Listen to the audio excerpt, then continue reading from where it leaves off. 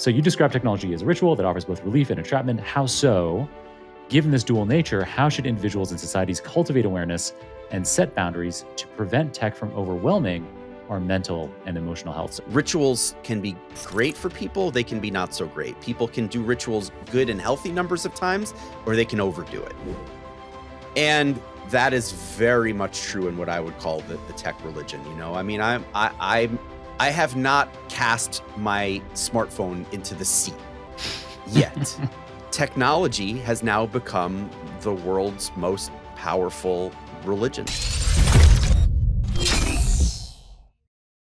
Greg, welcome to the Super Data Science Podcast. It's so interesting to have you on the episode. I've been excited for a couple of months since we booked this.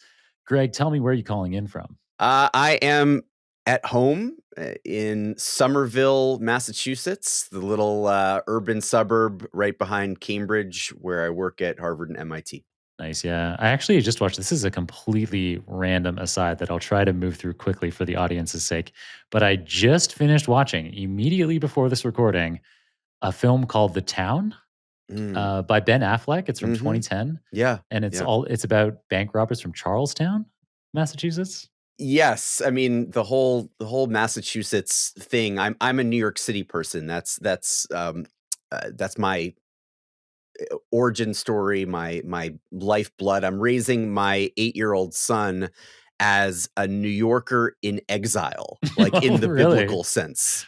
So I don't often have the greatest commentary on Massachusetts. I root against the Red Sox with a passion, but here I am for a job.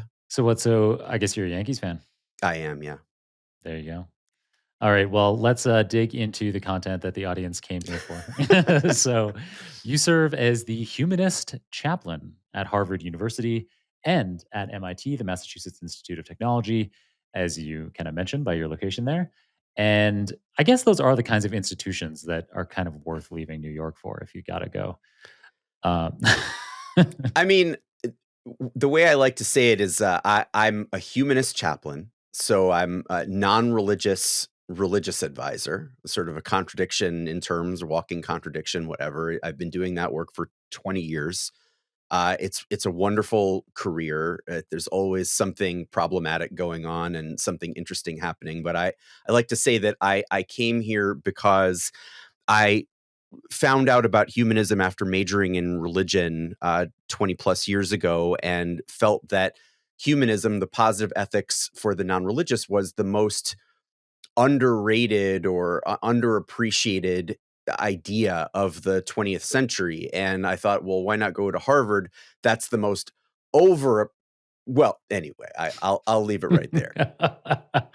Okay, well, it resonates with me, this idea, because I remember when I started my PhD in England, I wrote an email to the British Humanist Society, I think. Mhm. I said something like, I could probably even dig up literally the email because I think I just got a Gmail account for the first time. That was like 2007. And so it's probably like one of the first emails I sent with my still current email account. And I sent an email to the British Humanist Society and I said, lot religions have weekly meetings. They have communities like the priesthood, nuns that allow people to have this sense of community. Mm. And as I actually, you know what? I probably never said this on air, but I'm atheist, or I'm not. I don't practice any religion. Is that going to get this podcast episode censored? I don't. And I so I said, I grew up in the Catholic Church, Mm. and I miss that community. And so I wrote a message saying, is there anything kind of equivalent where secular people can go and meet and talk about, like you're saying, like kind of religious questions, but approached non-religiously. So just, what are we doing here anyway? And what did they say? Did they write back to you? They did, and it was they kind of brushed me off, but I was surprised that they wrote back. It was a What really year nice. was this?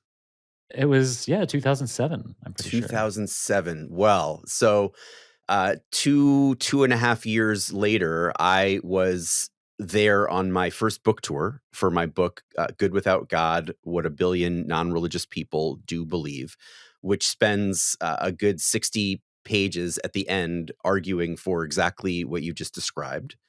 And I was there to visit them for my book tour, and we talked all about it. And there has been quite a bit more of that sort of activity in the UK since than there had been to that point. So you were a little ahead of your time, John, just a little. Uh, anyway, so something that, this idea, what you do for a living, I think it serves a great function. And you're kind of the person, I could imagine if I was at Harvard or MIT and grappling with existential issues, you would be obviously the kind of person to be seeking counsel and guidance from. So cool that you're doing what you're doing. Well, I mean, thanks. I guess what I would say is that there is a real need for non-religious people to find meaning and purpose and connection as well.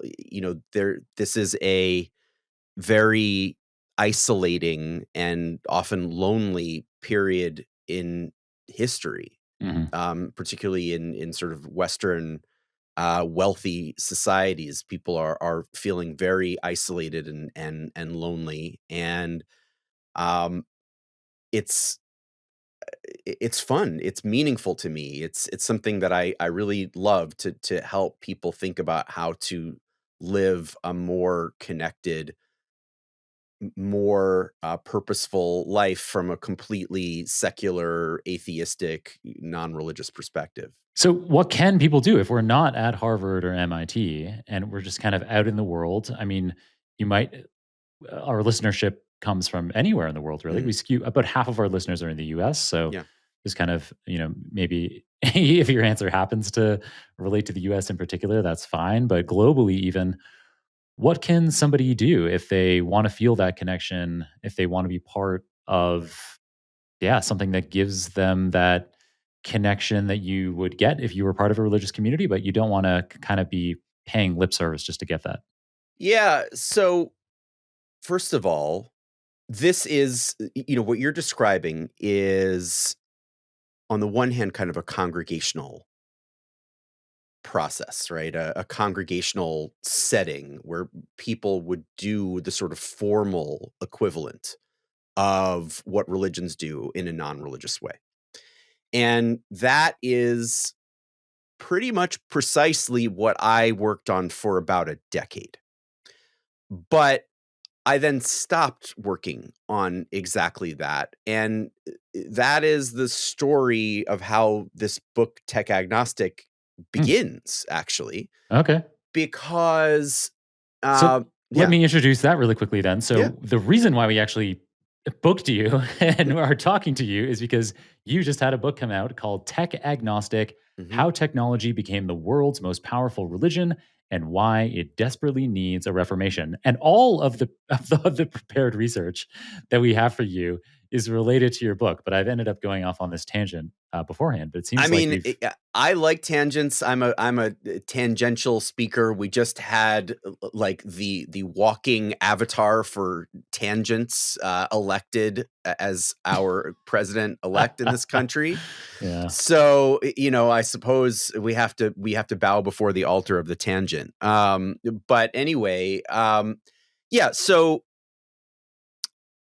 I was for a decade attempting to do this thing that you, John, apparently went to, your local, your National Humanist Association and asked for in 2007, and I started working on that issue right around then as well. I was already working on my book Good Without God at the time, and after it came out, the book was meant as kind of a positive alternative to books like the God Delusion, Richard Dawkins, and God is Hmm. Not Great, Christopher Hitchens, and Hmm. The End of Faith, Sam Harris, etc. Right, Hmm. and I think it did well as that. It helped provoke people to think about positive ways of viewing themselves as atheists or non-religious people, and it also helped people to think about community. And at the end of that process, I was thinking like, okay, essentially Dawkins, Hitchens, Harris, people like that at that point had become atheist talking heads. And did I want to become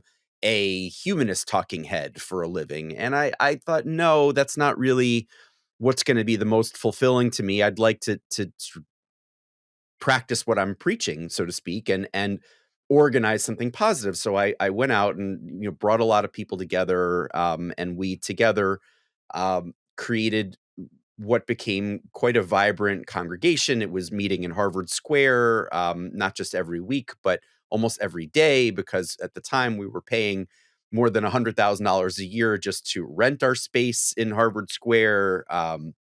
We hired a brilliant staff. It was quite an adventure. It was popular. People, would sometimes be seen lined up, out the door, down the stairs, and down the block, even to get into the events that we were doing. We had sort of a core of young adults and others that were coming like a few times a week. It was a real congregation, but at a certain point, and this coincides with the birth of my son, which really kind of shook me up, but in a wonderful way, where I realized, I didn't want to work 80 hours a week anymore, as I had been, to pull all that together. It just wasn't the way I wanted to live my life as a parent. Wanted to be very present for him, and so it kind of shook me up there. And I was thinking, okay, I love that work, but it's not necessarily what I want to spend the rest of my life doing professionally. And was trying to think about what I did want to do. And honestly, I was in this transition mode, which I now advise people about when people are in sort of a mode where they don't know what they're going to do with their lives. They have to be doing something at the moment, but they don't really know where they're headed. Um, I've become something of a specialist in helping people to think about that time period, and helping them think that it's a really good thing. It's really constructive. You want to spend some months, maybe even a couple of years, in a psychologically neutral zone where you don't know what your life is meant to be all about. And so I was in that phase. And at the time, I was invited to join MIT as a chaplain, a humanist chaplain as well, chaplain for the atheists and agnostics and non-religious folks at MIT. I had been doing that role at Harvard for 2018, so almost 14 years by that point. And uh, something grabbed me about MIT. It was like, oh, wait, MIT, the T in MIT, technology. And I realized that what I'd been trying to do essentially was bring people closer together. But that's not my phrasing. I've just used a phrase from Mark Zuckerberg to describe Meta and Facebook. Because we had been living by 2018 through a decade of transformation in how people thought about their communities. Like when you asked the British Humanist Association in 2007 to do community, that was at the very early moments of the social media era, in which we came to think, many of us did, of doing community online with our quote unquote friends. Um, and so I realized, like, oh, there's been this radical transformation in how most people on a day-to-day level think about connecting with others. And it wasn't necessarily good. It wasn't necessarily always healthy. I was at the beginning of a thought, 2018, I was just starting to be really critical of some of these technologies. But nonetheless, it had scaled to the point where it was sort of too big to fail. And Sorry, so what does what one was too big? do? What was too big to fail? The social media Social as media. community was at that I point see. too big Yeah. to fail. Religious congregations were at that point often failing. Mhm. I was seeing a lot of my colleagues and friends who ran sort of liberal to moderate congregations running on fumes, to the point where if they didn't have a kind of legacy status where they owned their own building, and maybe they had for decades, if not centuries, or they had a large endowment for going back decades, if not centuries, then a lot of those congregations, like mine did ultimately, would have been thinking about shutting down, folding, because people weren't showing up in the pews nearly as much as they had been in previous generations. And a big part of that was that people were seeking out their community, their sense of human Mhm. connection in these other very new, very technological ways. And so the thought occurred to me as I was invited to join MIT, which I did, at both schools, that yeah, that technology has now become the world's most powerful religion. Yeah, and it's interesting to me because when I think about that email that I wrote in 2007, it wouldn't have seemed to me then, it still wouldn't seem to me now, almost 20 years later, that what I was seeking could be done digitally. Mm, It's interesting that there's obviously a huge amount of value to some digital things. I mean, this is a digital podcast. I get to be able to record in my home for most of these episodes, and tens of thousands of people hear every episode. So there's and there's situations where something like this podcast, people can be listening in their cars or in their homes, and I think it can provide some value. So obviously, I mean, and I'm a techno optimist, and there's lots of tech ways that there's lots of value that I think tech provides. But in terms of community, at least, it's interesting how you said that people aren't coming into the pews as much, and instead they're finding community online. But it's interesting to me because, and maybe this is something that we can just dig into in a lot of detail and get your points on right now, get your thoughts on right now. But that digital community doesn't bring the same kind of satisfaction. I'm sure if you could no, it somehow, doesn't. yeah, and biochemically see how does this, relate to oxytocin release or dopamine release. I mean, it is actually probably like a dopamine thing. Like there's actually they figured out with these platforms how to get that dopamine hit, and then it creates like there's actually, but it has this cheap feeling to it. Like yeah, you get that dopamine hit, you want to see that post that you made has gotten another like, and oh, who did the like, and oh, it was her. Mm. Like wow, there's some dopamine, but it doesn't, it doesn't.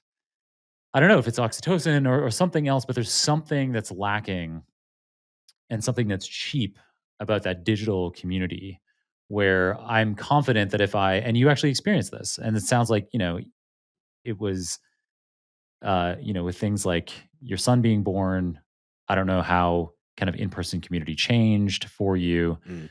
but it seems very obvious to me that if I had a community that every Sunday, let's say, are kind of arbitrarily picking a day that a lot of people have off, and if you knew that like every Sunday at 10 a.m. there'd be a group of people getting together to sing some secular songs together, We did this, by the and way. I mean, yeah, everything that you're saying, yeah, we did. Absolutely. yeah, For years on end. Keep daily, going. and yeah, and just kind of talk about try to talk about what's going on in current society, and talk about the big important things like a relative has passed or this friend has passed or, I'm, thinking about these wrestling with these big things in my life. And it's interesting because there's kind of, I have seen since I moved to New York 12 years ago, elements of this I have found in things like I did a 200-hour yoga teacher training. And sometimes in like a yoga studio, you do end up finding this, there's the yoga classes happen at a set time. And some people have what they call dharma talks at the beginning of the yoga, which is kind of like the homily kind of thing that I used to experience as a kid in Catholic church. And I've got to say that, like, the homily was actually because that was where the priest could freewheel. And whereas everything else about the Catholic Mass was highly structured. And I can see some value to that. I'm sure repetition is good, especially historically. If people couldn't read, and this was the only place you could come and kind of get some intellectual stimulation, that kind of repetition was probably good. But for me, as you know in our modern age, growing up in the 90s in that situation, for me, the homily was kind of the only really interesting part because I was like, well, this is at least something different is going to happen here. At least might learn something new. And anyway, so these Dharma talks at the beginning of yoga classes can kind of be like that, where and they might even conclude the yoga practice with something like that as well. You've got a bit of chanting, and I think that that's an interesting thing for me. And so that was whether it was in church growing up or in yoga classes more recently, people singing together, music being played together. There's an interesting something happens there that is really fulfilling and that I yearn for. Anyway, I've gone on for a long time and No, you've been no. I taking mean, notes. So it's great. You've set us up very nicely for a extra meaningful conversation. You're getting into some of the stuff that some of the other podcasts that I've done do not. And so, what I think I'd like to do, if you want, is first I'd like to actually get into some detail with you about what this congregation that I used to lead called the Humanist Hub actually did, humanist hope, yeah. and then I'd like to tell you why I quit that job and went into writing this book for the past 5-6 years, and why the two things are so directly related for me. Cool. So first of all, what I would love for you to picture and listeners to picture is, um, we wanted a space that was big enough for what you'd call one Dunbar of people. Dunbar It's like is 220, right? I 240? it's somewhere between 140 and Oh, that. 140. Yeah, the idea is that the Dunbar is like it's a British sociologist who Robin studied Dunbar. Robin Dunbar, who Yeah, studied he was at I went to Magdalen College at Oxford and he was faculty there. Nice. So yeah, so Uh, he studied, sort of packs of animals. Correct me if I get any of this wrong, and determined based on the sort of brain size and complexity of animals what size of herd they would tend to be in. Essentially, what their social cohort was, how many relationships each animal could manage at a time. And his theory is that the human animal can manage about 140 to somewhere on the outsized, maybe 200ish members of our intimate community, where beyond that you're going to need some kind of I don't know, police force to mod to adjust people's behavior, because people can't you know control everything that's going on beyond that kind of realm. So anyway, not that control is the ideal here, but that's just a word that comes to mind, perhaps subconsciously. Anyway, so so we wanted a space that we could have for ourselves, that we weren't just renting once a week, that would fit about a Dunbar of people. And, so we rent 4,000 square feet in the middle of Harvard Square, on JFK Street. And we hold, not only do we hold weekly meetings, which, were centered around what you'd call the sermon in a church or synagogue or mosque or whatever, in the sense that we'd have, every Sunday afternoon, because atheists and agnostics like us did not want to get up early on a Sunday morning. So every Sunday early afternoon, we would have a different speaker. I would do the talk once a month. Somebody else once a month. It would be somebody who actually was religious, but had something meaningful and interesting to say to a humanist audience like us. I love that. It's very diverse speakers. It was actually a very diverse audience as well. A lot of young people, even gender balance, a fair number of people of color, that sort of thing, right? People of different education and income levels, etc. So it was a talk, but there would always be music. There would usually be singing. There was a What classroom. would you guys do like for the music or singing? Like was like Tom Petty or what? So there would be a lot of different things like that. The most fun example would be that this led to when I was national chair of humanists for Biden and Harris in 2020. A better time, I suppose. I called up the band Flaming Lips and asked them to perform for us, and they did, because Flaming Lips, they're a humanist band, and their song "Do You Realize" from the album Yoshimi Battles the Pink Robots, I believe it's called, is a humanist anthem. And so they performed it for us at our Humanists for Biden event. But anyway, I digress, I suppose. This is a whole big digression. Um, so we would do the music, we would do poetry, we would have so we had a kids room that had all kinds of kids decorations, and that we would um do sort of a humanist, secular, atheist Sunday school program Mhm. in Mhm. on a weekly basis. And we even named it after the famous scientist E.O. Wilson. It was the E.O. Wilson Learning Lab that we created. So we did that. On Monday nights, we would have people come in and sit in a circle, maybe an average of 20 to 30-ish people every week on a Monday night. And people would talk in a very uh, deep way about the best and worst things that had happened with them, in their lives in the past week, but also about sort of different topics each week that came down to, like, what is the meaning of your life? What are you most struggling with? What are you most hopeful about? How do we interface with the world? And so this was it would just go on and on. We would do meditation. I mean, I'll leave it there. And again, it was very hard work, and, one of the biggest reasons, to not do it anymore was just I couldn't figure out a way not to have to work 80 hours a week on this.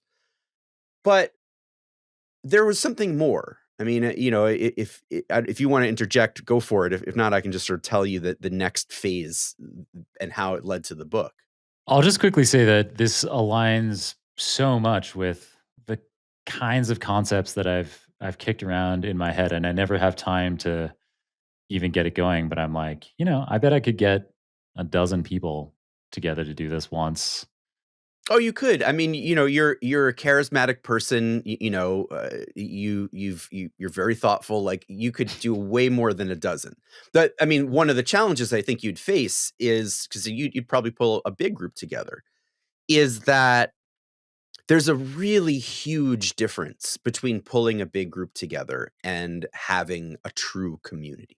Mhm. Huge difference. Mhm. Um, think about all the influencers out there that have crowds. Do we really feel that they have community? That Right. they've actually provided a deep sense of meaning and purpose for their audiences and listeners? I mean, some cases, yes, but in many cases, the connection is more superficial. Um, and what happens with community is, I mean, how would you say it? That there's a real depth to uh, building better relationships with people, right? Mhm. It's about understanding that people are in pain and that they're Mhm. suffering, and that there's no way of predicting what they're going to be in pain over, or suffering, or celebrating on a given day, and there's no perfect formula for how to solve their problems. It's all about being present with people. And so if you don't have time to devote to those people, then no Mhm. matter how brilliant you might be, it doesn't work. Yeah, something that, I think might even help us, figure out this distinction between digital community, which scales really nicely, and what you're describing, this deep and meaningful community, is that with that deep and meaningful community, people are getting to know you in such a way that they are thinking about your problems and you're thinking about theirs. Yeah, there's a reciprocity, absolutely, where the idea is, well, for example, I gave a talk at one point in our congregation that had a corny title, but it was the most powerful word in the world. And I didn't tell people in advance what word I was talking God, I'm about, on the edge of my seat. but it's the most powerful word in the world, and we put it out on the blurb. We put it out as a blurb. We put it out on our email list to thousands of people on email. Like, I'm gonna give a talk about the most powerful word in the world. And the only thing I gave people as a hint is that the idea for this talk was that when I was training as clergy, I'm trained to be clergy for the non-religious. So, officiating weddings, funerals, baby naming ceremonies at times, coming of age ceremonies like a bar bat mitzvah or a confirmation, all from an atheistic, secular perspective, right? And so we were taught in the class on weddings that the words "I do" are incredibly powerful words, because with those two words, you can transform a person from one status in life to another. So the most powerful word in the world is Do? it's we. It's we. Oh, Because if you can get a group of people to truly believe that they are a we and not just a set of isolated individuals, you've profoundly transformed the lives of those people. At the very least in some way, and in certain cases in almost all the ways. Um, well, and so we know Adam Newman out there, who I'm sure doesn't listen to my podcast, but if he does, he's like, "Yeah, we nailed it. We Ju- work, you know, we live." yeah. Uh, Shout out to Adam. I mean, I'm sure he's on the rebound now. He lost his WeWork billions. He actually got to keep quite a Oh, few of them, he's right? He's doing and fine. He's people are doing just also fine. somehow people are investing again. Oh Like yeah, I recently I mean, read it's like black I there's can't remember who. no there's no limit to what you can do if you look and talk like the SoftBank founders version in their minds of what a billionaire prophet Jesus should be. And in fact, Right. Julia Angwin, the New York Times tech policy columnist, surprised me on stage the other day. She was interviewing me about Tech Agnostic in New York City for an organization called All Tech is Human, great org. I've written about them as the Tech Ethics Congregation, by the way. And she's on stage interviewing me, and she surprises me with the question. So, if tech is a religion, and she said, and she believes that it is, uh, who's Jesus? And I said, well, according to SoftBank, it's Adam Newman. I mean, that That's he's funny. their You said avatar, that? their prototype. Yeah. Because it seems like because if I had to, you know, if I had to like pick someone off the cuff, that's not the first person that would come to I mean, mind. Steve Jobs, like, who Well, would it be he's for you? dead. Yeah. Well, I mean, but he has risen, hasn't he? How has he risen? I mean, he's not risen to the extent that a Ray Kurzweil would like to be risen, right? So like, Right.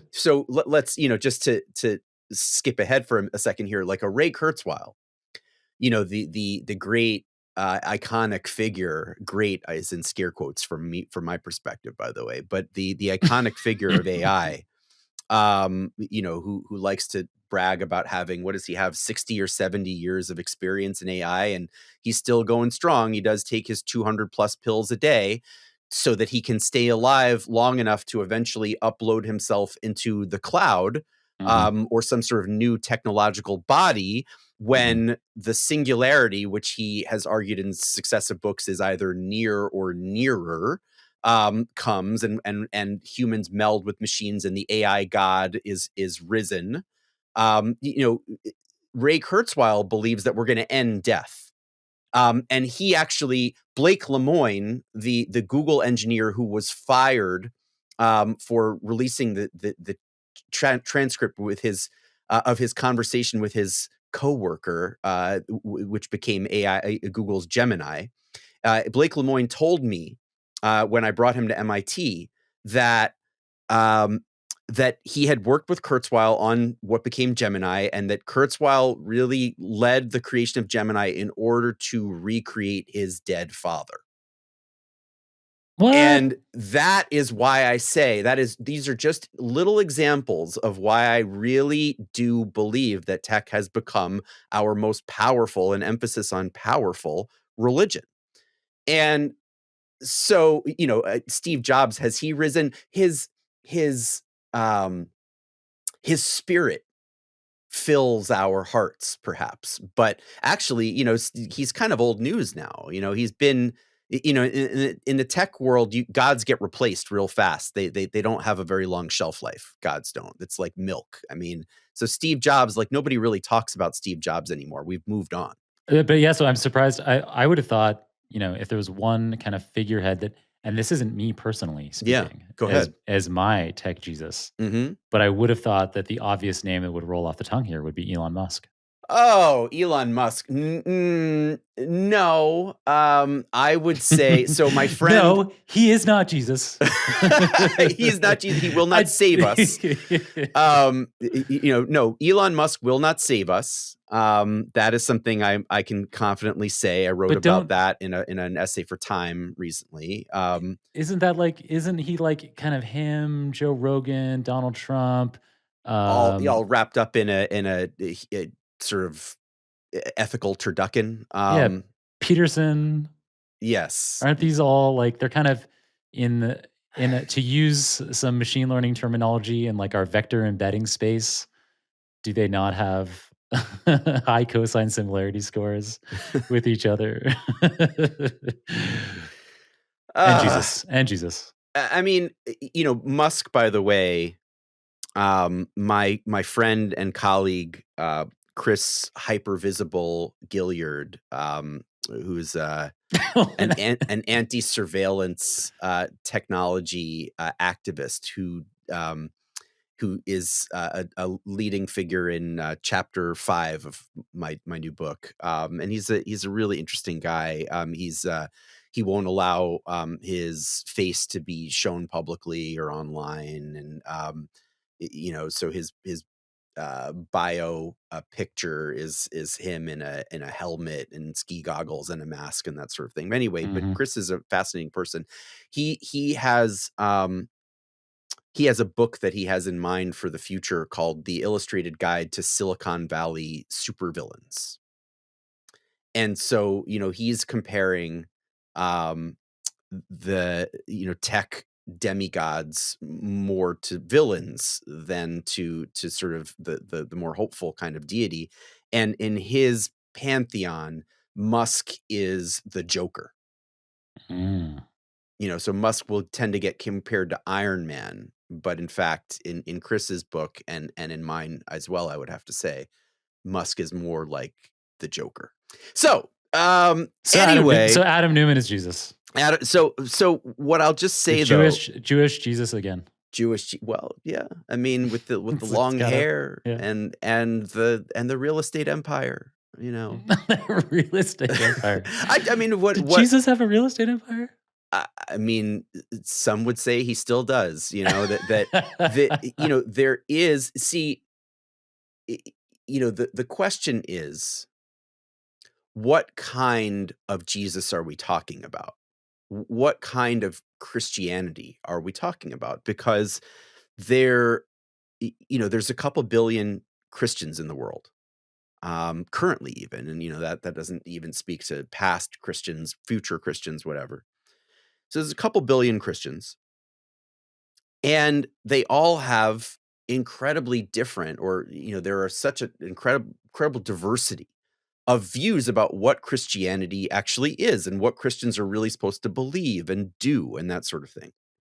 Um, and so, the question is, when we say, like, who's Jesus? Well, which Jesus, right? Is it the Jesus from the ancient world that's walking around in robes, very humble, saying that a rich person can get into heaven, like a camel can pass through the eye of a needle, right? We're, berating people for being selfish and greedy, right? That's Is you're are we talking describing. We're You're talking about describing that Trump's. Jesus, a lot of people feel would be deported immediately upon Trump's, re-inauguration? Or are we talking about, the steak and guns and beer Jesus that, is well known throughout certain corridors of America? Um, and that's the question, right? There's different Jesuses for different people. That's part of what has made this religion so powerful, is that it can morph and reshape itself to be whatever various kinds of people want or need it to be. And so, if you say who's Jesus, again, I would say it really depends on what kind of Jesus we're trying to project. And tech is, at its greatest, tech is all things to all people. It seems to be, right? The idea is that modern day Silicon Valley tech, because my book is not about all technology, right? It's not technology agnostic. And about technology, I'm not agnostic. I'm a believer. I do believe that it's good to create tools to improve human life. I am not, somehow looking backward and also looking forward to the days of, of wooden ships crossing the Atlantic and having to sail all the way around South America because, I don't know, a canal would be too technological for somebody. No, I'm not trying to warm my food up tonight, in an iron pot, by on in a fire made, around, with a surrounded by a ring of stones. No. Um, but uh around Silicon Valley tech, this new phenomenon which emerges in these kind of, manger-like garages with these mythological figures like Jobs and Gates and Larry and Sergey and others, a generation or so ago. Um, Around that phenomenon, I really am agnostic. I'm not a total atheist about that phenomenon. I use these people's devices all the time. I'm using them right now to interact with you, and I'm happy to be doing that. And I do think that they've done some good in the world. The question is, has it been outbalanced by some of the many, many social, political, and ethical problems that these technologies have at best been associated with, at worst caused, um, or are causing, or will cause. So yeah, the thought that I have, around 2018, that leads to writing this book, Tech Agnostic, is that, um, religion is no longer what I used to think of it as, which is the most powerful social technology in the world. That the tech has now become the most powerful social technology in the world. And that tech is sort of overrun. I was thinking about it at the time. It became clearer and clearer to me as I researched this. It's overrun by weird ideas, weirdly theological ideas, it turns out. That's it. That's exactly the quote that we pulled out. I didn't even get to my first question, but my first question we have as the answer that we have from your book is many of those ideas are weirdly theological. Yes, That's the yes. quote that we pulled out as the answer to what was going to be my first question, which was, Greg, could you explain how technology's pervasive influence in modern life supplanted the role traditionally played by religion in society? And we've gotten there. Yeah, we've gotten there. I mean, you seem like you wanted to riff, so I hope your listeners like riffing. Oh, I've loved this. Yeah. So, these weirdly theological ideas had kind of taken over, and if you think about it, although I didn't realize at the time that some of the ideas that I was studying, that I've spent the last 6 years studying, were going to be so influential in something so impactful or consequential, as Joe Biden likes to say, as the 2024 presidential election. But I think that they really have been. I mean, if you look at, for example, the New York Times writer Tressie McMillan Cotton, um, wonderful writer. um, just wrote a piece recently about how essentially Trump was able to take advantage of online uh, spaces, echo chambers, or whatever you want to call them, that are kind of like a secular religion, she says. You've got influencers that are essentially teaching their online churches, which really do look very much like churches in many ways. They're teaching their followers, their listeners, how to, sort of worship certain products, worship certain ideals. It might be thinness. It might be being a trad wife, a traditional wife who supports her husband and gets to live this sort of like work free lifestyle. It might be, a sort of a bro podcaster, tech bro podcaster, who's sort of the flip side, the traditional masculinity, um, and the products that he might be hawking. But Tressie, Dr. Tressie, as I might affectionately call her, an amazing writer again, um, really does point out that these have become kind of secular religions, even marked by the term that people like to call themselves free thinkers, which is a term that was written about first in back in 2005 by a woman named Susan Jacoby, trying to reclaim that word from the 19th century as a word that would define this sort of secular, non-religious cohort in society, which has grown quite large.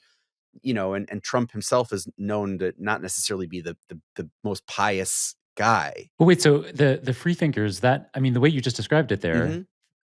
that that's the same, like, these secular free thinkers, that is the same as the tech bro podcasts, the trad women. Is that Well, that because they that kinda that a lot sound of these folks like to call themselves free thinkers, is okay, what I'm saying. okay. Um, which is, it's sort of strange, I suppose, that is a thing. But but what I would say is that the the idea of a free thinker um, is a person who is proud of being able to, have unconventional ideas on the one hand, and those ideas end up being, things that people on the alt right can get excited about. But on the other hand, there's another definition of free thinker, which is this sort of secularist ideal of, a term for people who are proud of themselves as atheists and agnostics. And they're saying, like, there's a large cohort of people who are now non-religious, and these are their this is who that person is. It's a free thinker. So there's this like two types of being a free thinker, and Yeah, what because I'm it's yeah. interesting because that second group you described, like, you described the first group of free thinkers as far right, Mhm. and that second group, it seems like that would correlate with typically more left-leaning More views. left. Yeah, Yeah. exactly. But the I guess the problem is, or, as I see it as a problem, certainly, that the free thinker, the person who might want to define him or herself as a free thinker, but is really sort of an alt-right personality, a new kind of rightist, somebody that, again, is looking for a sort of confident masculinity. I would even say a toxic masculinity in a very uncertain world where people are afraid. People are afraid because there's a lot to be afraid of, right? Climate is changing the world very quickly. Um, Technology is changing the world very quickly, according to a Ray Kurzweil. Within something like 10, 20 years from now, our whole society is going to be completely unrecognizable. Our values are changing, what we believe about religion, what we believe about gender, what we believe about sexuality, what we believe about, child rearing. Everything's changing, right? And so people are very, very, very shook and uncertain. And so one of the things that is comforting to some people in uncertain times is a kind of strong, masculine, I will only I can know the way and only I will save us and only I can do it kind of. Trump is a confident figure. At least that's how he comes across, right? And so I guess what I'm saying about the term free thinker is that like these people they're not the sort of conservative Christians of old where they were content to say, we're going to follow everything the Bible says.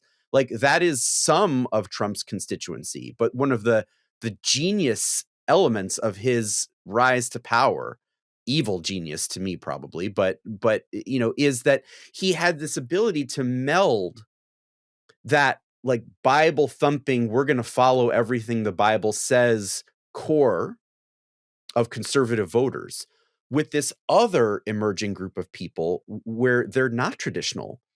They want to co-opt a term like free thinker, um, to signal to people that they've got their own way of doing things.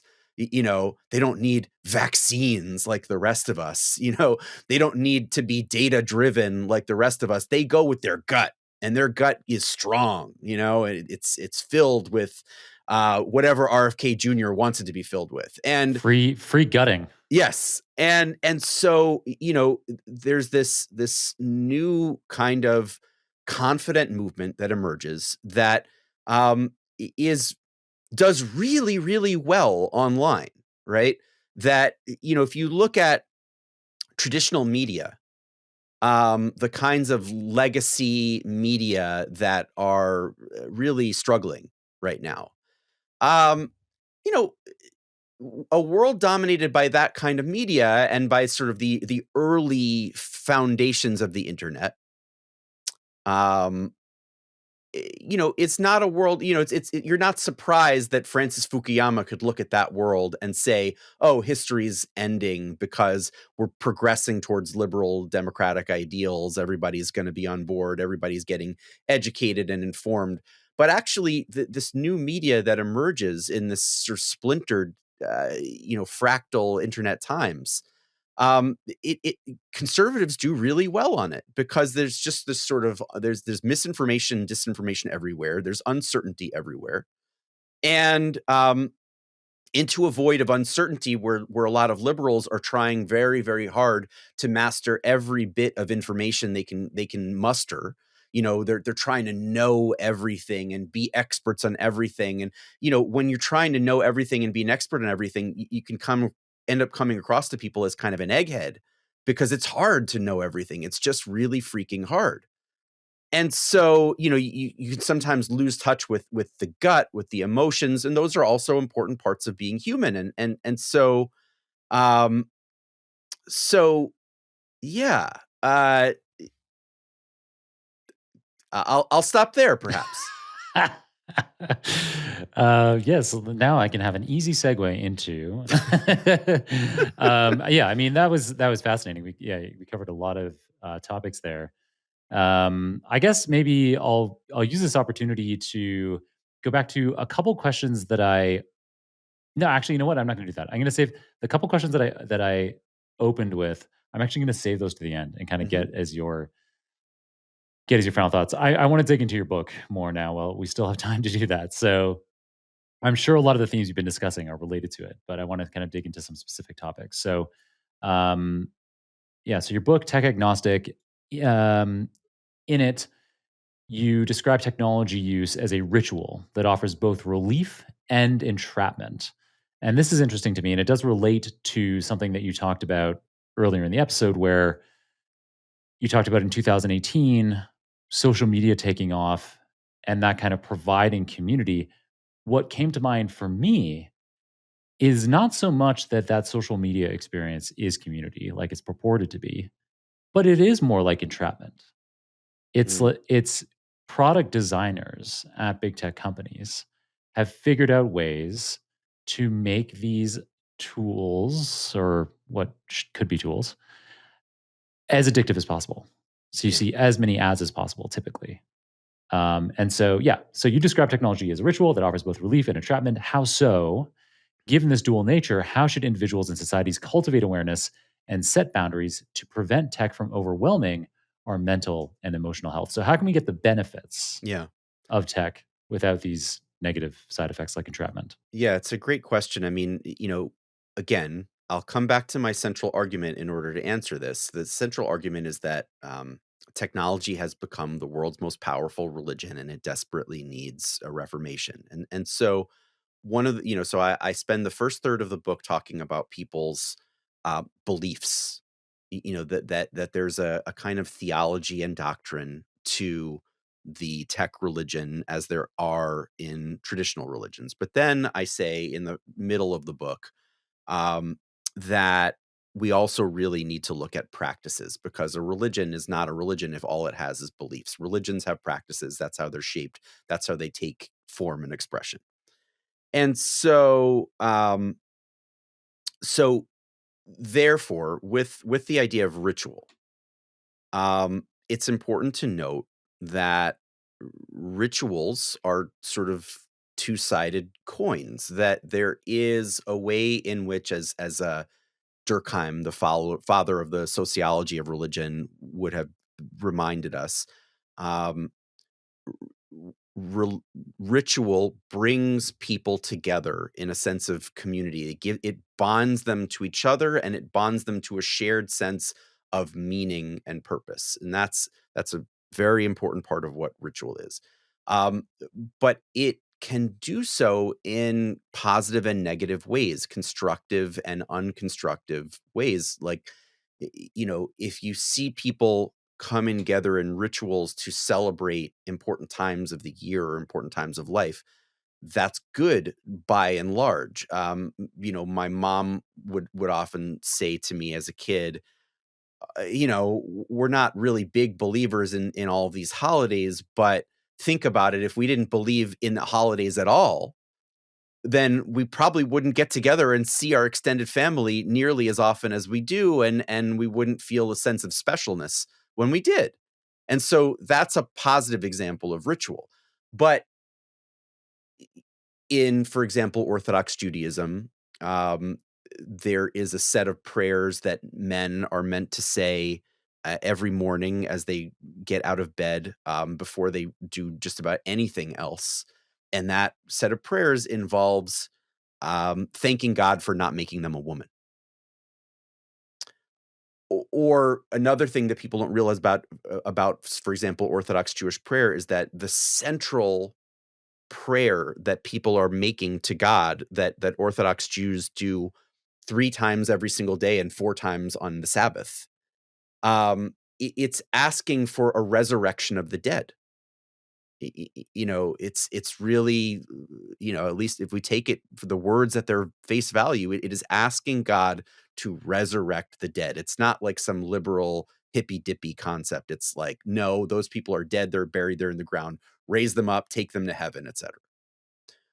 Or praying for people to be sent to hell. There's stuff like that too. And so the point is that rituals can be great for people. They can be not so great. People can do rituals good and healthy numbers of times, or they can overdo it.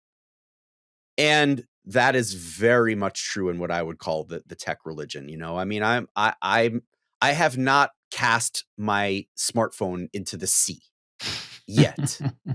But I mean, a lot of this book was spent reflecting on the fact that that is what we do. We take this stained glass black mirror, and we genuflect before it in a prayerful posture, Mm. bowing to its altar, sometimes 200 times a day. When I have a bad day, I mean, I'm on this thing all the time, right?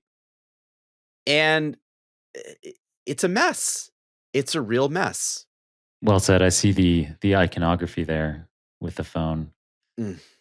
I guess I am worshiping it. I mean, you're not alone.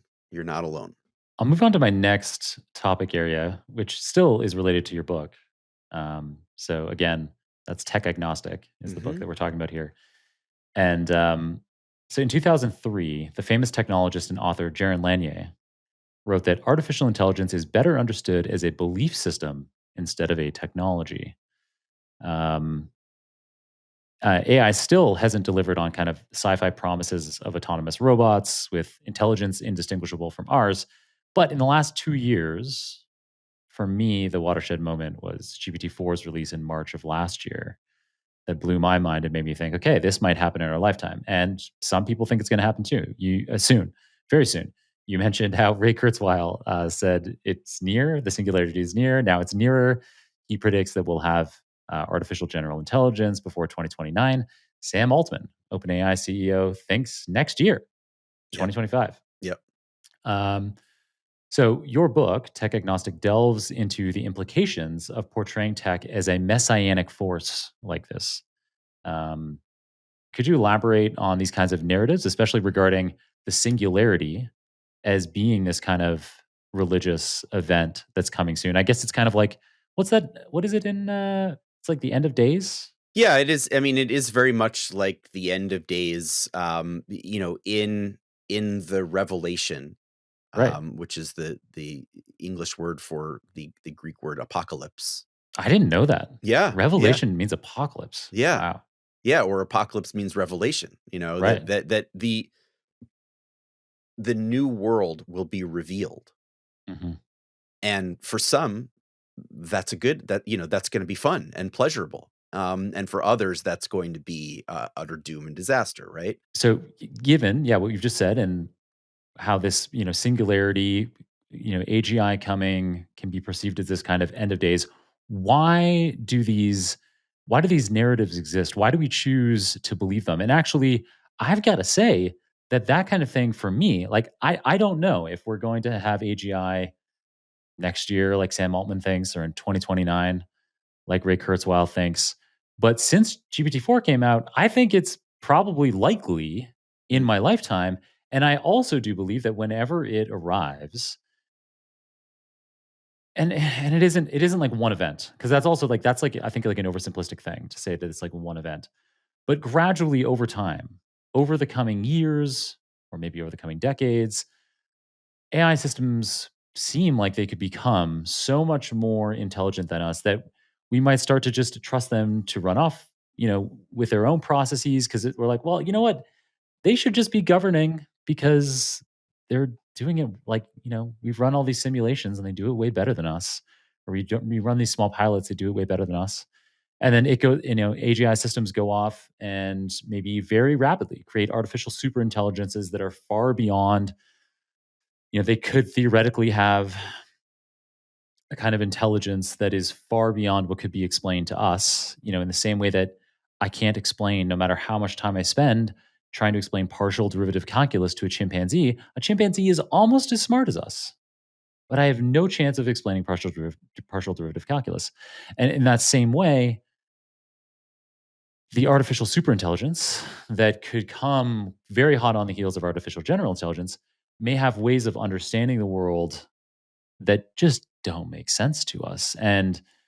But so for me, even, I guess without really realizing it until we had this conversation today, I suppose in my mind, I am kind of thinking of the singularity as kind of a religious event because it's so difficult to predict what's going to come past it. And I'm just kind of hopeful, I guess, as an optimistic person, mm. that it's going to be good for most people on the planet, if not maybe even everyone.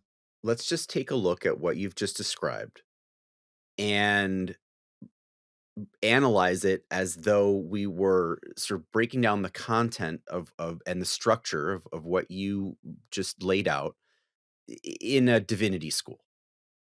What you've laid out sounds very much like the structure of a kind of new religious vision for society. You're talking about, my words now. I'm paraphrasing you very loosely because I'm trying to make a point. But it sounds to me like a kind of slow moving, multi stage rapture where the people who are good, who should benefit from this new all powerful technology, this force greater than us, than any of us and all of us even, will rise in some literal or metaphorical way to benefit from such a thing. Um, Anybody that does not, I suppose, deserve to be benefiting from such a thing, maybe because their behavior is bad, they're mean, they're naughty, they're not the right race or gender. I don't know. That they're going to be, in other words, the all-seeing, all-knowing technology will mete out justice, will it not? I mean, if not, right? Like, there's two I guess it choices has here. to. It There's has two to. choices here. Either the thing has to be completely capricious and really really nasty, or it has to be, positive and healthy and right, like, it's there's sort of two choices for that, right? Um, and so, I guess the point that I want to make here is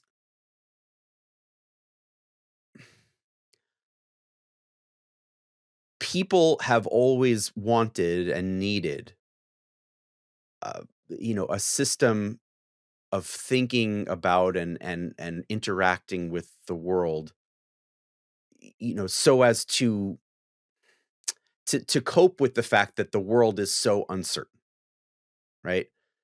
I mean, it really, we don't know what is going to happen in the long-term future. We can tell ourselves we see trend lines, and we might, you know, but we don't have any proof of what the world is going to look like in 10 or 20 years. And so, to a certain extent, we need, if we want to say that we do, like, that's a faith proposition, right? Like, I believe that the world is going to look this way based on evidence, but it's still a belief. Yeah, I guess, am I tech agnostic if I am not confident about what tech will bring about? And also, I guess if my instinct would be that just like tech today ends up being positive and helpful to some people and unhelpful and negative to other people, that it will probably continue to do that in the future. It's not like we've reached some definitive utopia or dystopia. It's just that, like, we kind of like the world today. There's some people that are benefiting a bit in some ways and benefiting less in other ways from change. Does that make me tech agnostic? Well, I mean, certainly, I am advocating for people to be more tech agnostic. And I think some of what you're saying, is in that category. It's this idea that we're not sure how things are going to go, and we can, but I what I really want to emphasize about why I think tech agnosticism is an important concept in this day and age is, I was describing earlier this sort of confidence, or this sort of strong faith that certain kinds of leaders like a Trump will have in this day and age, where he is a great example of this, because he's a 34-time convicted felon, whose own former chief of staff, who, by the way, was a general in the Marine Corps, John Kelly, said, compared him to fascism and fascists. And yet we voted for him and elected him to the highest office in the world, because, in large part, he comes across as really confident. And in a very, very fundamentally uncertain world, that confidence has a lot of value to some people. And so, what I'm advocating for is an alternative model where we recognize that there's a beauty and a dignity and an honorableness in not knowing, in not being certain about what the future holds, and not being certain that we have to invest $7 trillion immediately, as Sam Altman is begging us to do. He says, because we've got to do all we can to bring about the tech and AI rapture, the coming of the AI God, the miraculous abundant world. Those are, I'm quoting words like miraculous and abundance that he himself uses, biblical sounding terms. I think he needs the 7 trillion because OpenAI is absolutely burning cash right now, and if he doesn't get that kind of investment, his baby, his company might legitimately go belly up because it has no way whatsoever to make a profit right now. So just, push that timeline infinitely into the future with this investment that will make it too big to fail, right? That's why the SoftBank folks actually say, that we need 9 trillion, don't they? In AI investment. But anyway, is it the Bitcoin people that say the 9 trillion? I lose track. Somebody's calling for 9 trillion. Anyway, so in that world, where Eric Schmidt is saying that we're falling desperately behind the Chinese in the AI arms race. And yet AI robots are running around. How do we say this? The AI robots are running around. Uh,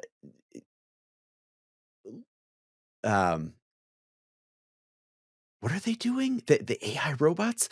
They're the AI. The Chinese AI robots are now rebelling against their one robot actually convinced the other robots to run away from their rulers. This is an actual story out of Chinese AI and of late. And so if that is what you get by moving quickly, maybe there's some real benefit to moving slowly.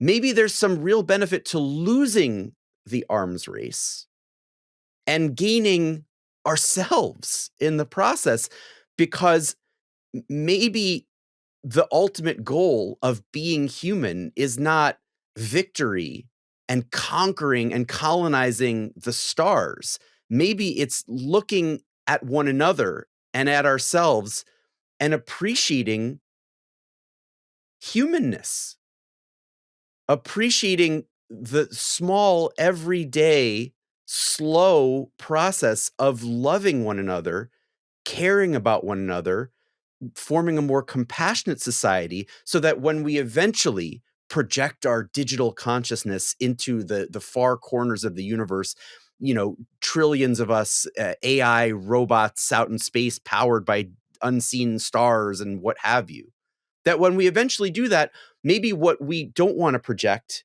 is the jerks that we are now to one another all too often out there. Maybe we want to take the time to learn how to treat one another better here on Earth, so that when we eventually project something out into space, that it's actually our best versions of ourselves and not glitchy, weird, selfish, uh, uncertain to actually work, maybe gonna ask you to glue the cheese from your pizza onto the crust kind of AI.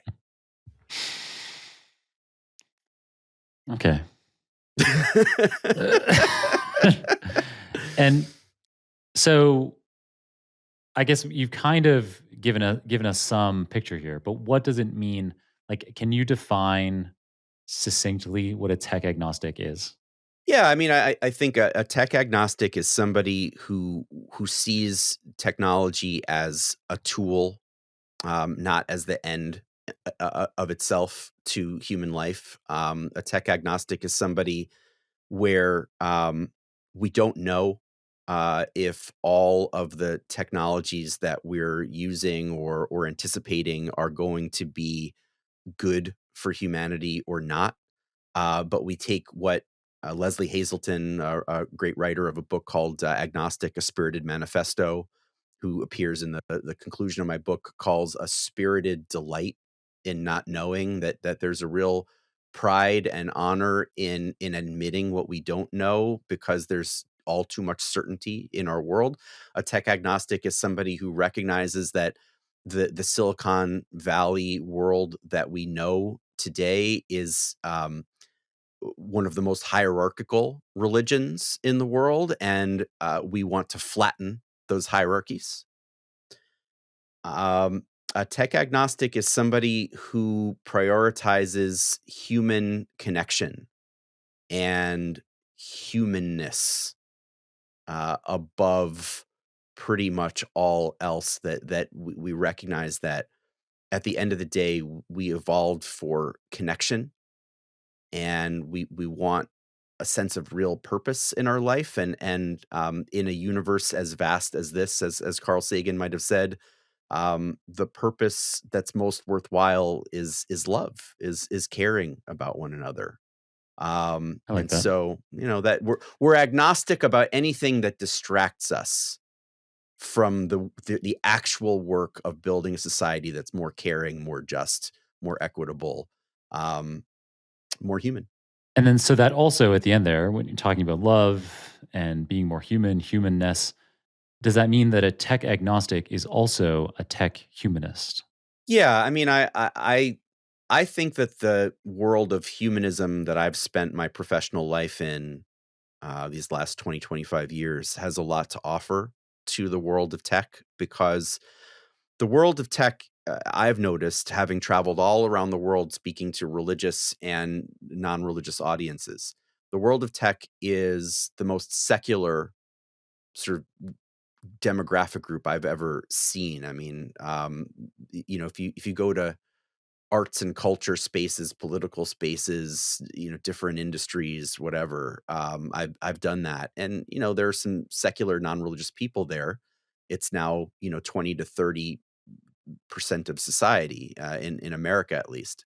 But in tech spaces, there are extraordinary numbers of non-religious people. Yeah, you kind of just assume, like this is simple minded of me to say, but your default assumption when you meet someone else who works in the tech industry is that they're non-religious.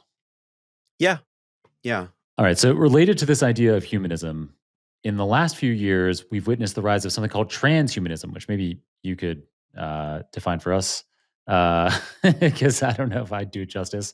But transhumanism, effective altruism, techno libertarian movements. And so, tech elites, particularly concentrated around the Bay Area, with these kinds of worldviews, hope to influence or impose on society or the economy with their worldview. And some of these things are not helpful. So it's, like a Ponzi scheme under the pretense of helping others, or building a privately owned techno libertarian colony in Honduras, or a tech bro run city in Solana County, California. There's a cultishness to these movements to some extent. And so, yeah, I mean, I guess if you could define some of these movements for us, why they're cultish, and what the risks of these movements are. Yeah. So I walk readers through, in the early chapters of the book, uh, a number of these different movements and ways of approaching technology. And I'll let people read most of that, but I'll just say that one of the groups that I look at is the effective altruists. And effective altruists are almost entirely a secular group of people. I once, back in my congregational days, had the leadership of the Harvard effective altruists in my office, and just asked them, like, what are your beliefs? And s- there was not more than maybe one person that had some sort of traditional religious belief. It was a collection of atheists, agnostics, and such. But it really does strike me as a kind of modern faith, the movement does. in the idea of data as being able to tell us exactly how we should live, exactly how we should donate, and even more than that, there's a vision in the effective altruist movement, at least as it was expressed as I was writing the book. The movement has gone through a major rebranding effort Yeah, with with Sam Bankman-Fried Sam and Bankman-Fried in FTX. prison with P. Diddy. You gotta rebrand, right? Because he was the prophet, a Jesus figure, in fact, of that movement, and I mean, except imagine if Jesus was also the biggest funder of your movement. Like, imagine Jesus being, having $27 billion and pledging to donate it all to Paul. Um, that's what Bankman-Fried was. Well, at least, he was gonna give some to the Roman Empire, he was gonna give some to the Mesopotamians, but mostly he was gonna give it to Paul. And Paul, of course, was William McCaskill, and, I'm sure Toby Ord would get some as well, and they'd buy a castle and everything would be great. But, uh, Buy a castle. they bought a castle. Did they? Oh, no, the effective altruists absolutely bought a castle. I believe it's in Scotland. I think they paid $17 million for it. They also paid reportedly $10 million for William McCaskill's latest book tour, to talk about the effective altruist movement and the long-term movement, including, um, many believe this belief in the fact that what effective altruism was ultimately aiming for was Nick Bostrom's vision of trillions of digital beings in the long-term future, that it was our duty to bring about.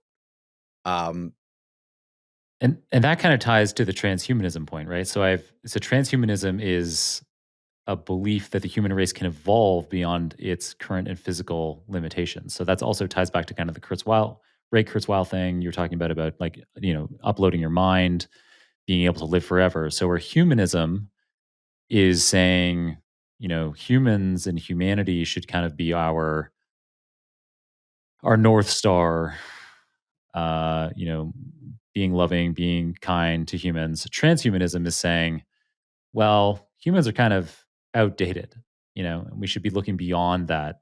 I believe that there really needs to be a kind of tech humanism in all of this as well, where to me humanism is an alternative to traditional religion that is sort of running parallel to traditional religion, where we say, look, we are going to believe things based on reason and evidence, and as well as following our compassion and our caring for one another.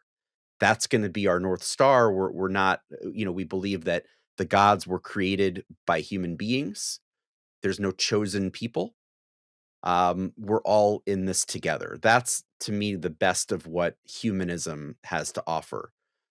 And I believe that that's something that's very important to look at for people who have become fairly religious about their tech. We need a North Star, and it's uh, not traditional religion for many. If you're listening to this and you're a deeply faithful Christian, Muslim, Buddhist, Hindu, etc., and you believe that, your God or gods and your religious teachers will show you the way, I respect that, and I'm not as critical of that in any way as you might think I would be. Because there's a lot of good people who believe that sort of thing. But for those who don't, for those who do not, we need to really spend more time asking ourselves in this world of change, what is our North Star? Why are we doing the things that we do? Is it all just about progress? Is it all just about profit? What's the point? And to me, rather that, if you believe in a society where, as was reported in the New York Times recently, you're going to have AI avatars doing your dating for you, then ultimately you're just going to be people who don't know how to connect with one another, don't know how to love one another, don't know how to be intimate with one another. without AI intervention. And so, what kind of people are we even going to be? What kind of humans are we envisioning if that's the society we think we want to build?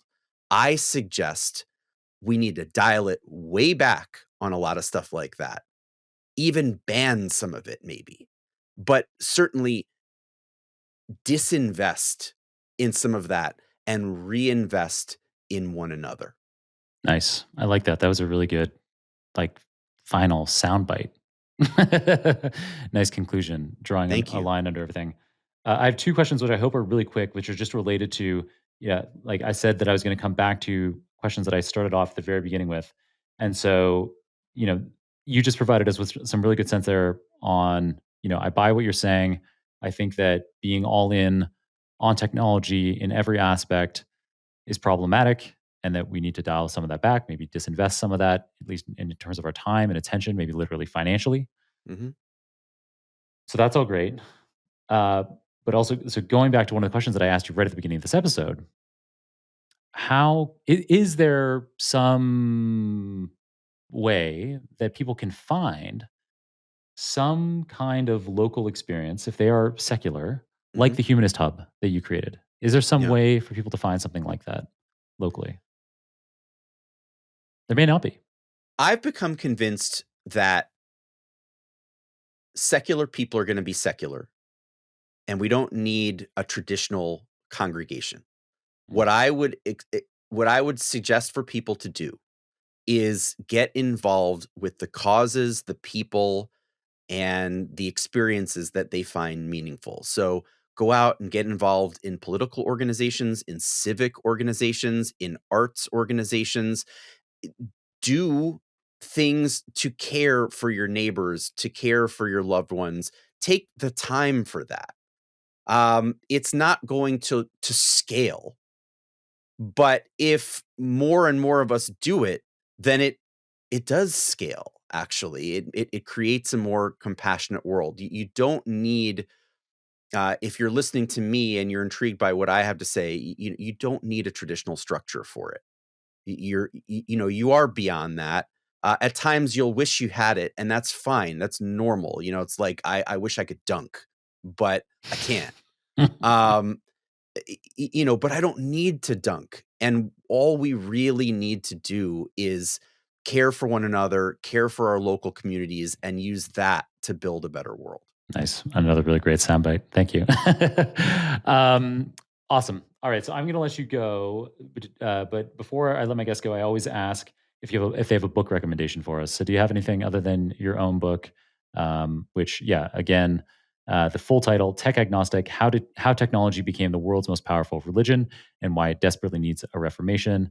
Available uh, around the world now. And we'll, of course, have a link to that in the show notes. But beyond that book, beyond Tech Agnostic, obviously the focus of our conversation today, do you have any recommendations for us?